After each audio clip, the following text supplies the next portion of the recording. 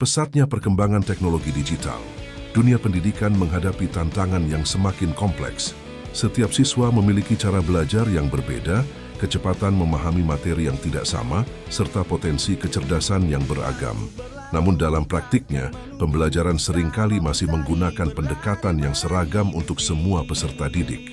Pertanyaannya, bagaimana pendidikan dapat benar-benar mengakomodasi kebutuhan setiap siswa tanpa kehilangan tujuan utama pembelajaran?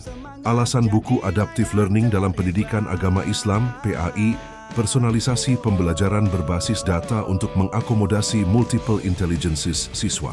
Buku karya Profesor Dr. Said Subhan Posangi, MPDI, Dr. Mujahid Damopoli, MPD, Muhammad Syafli Al-Ayyubi, SPD, Nikmayanti Esmateka, MPD, dan Yuli Ernawati, MPD ini menawarkan sebuah perspektif baru mengenai masa depan pembelajaran pendidikan agama Islam di era digital. Konsep adaptive learning atau pembelajaran adaptif, yaitu model pembelajaran yang mampu menyesuaikan materi, strategi, dan pengalaman belajar berdasarkan kebutuhan masing-masing siswa.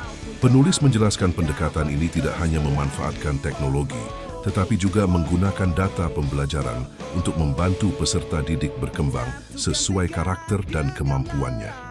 Pembahasan kemudian diperkuat dengan berbagai teori belajar modern, mulai dari behavioristik, kognitivistik, konstruktivistik, hingga konektivisme.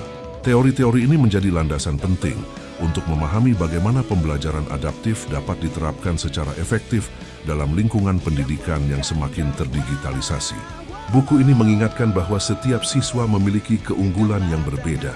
Ada yang unggul dalam bahasa, logika, seni, interaksi sosial, hingga kemampuan memahami diri sendiri. Karena itu, pembelajaran tidak seharusnya hanya berfokus pada satu cara belajar, melainkan mampu memberikan ruang bagi berbagai potensi yang dimiliki peserta didik. Lalu buku ini mengulas pemanfaatan data dalam proses pembelajaran.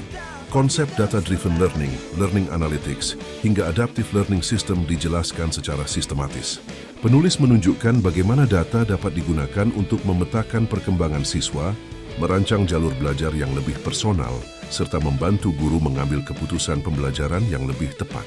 Secara garis besar, buku ini bukan hanya membahas teknologi dalam pendidikan, tetapi juga menawarkan sebuah visi tentang bagaimana pendidikan agama Islam dapat menjadi lebih adaptif, humanis, dan relevan dengan kebutuhan zaman.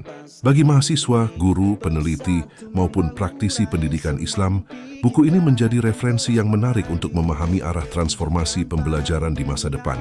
Sebab pendidikan yang baik bukanlah pendidikan yang memaksa semua siswa belajar dengan cara yang sama, melainkan pendidikan yang mampu membantu setiap siswa berkembang sesuai potensi terbaik yang mereka miliki. Sampai jumpa di ulasan buku selanjutnya.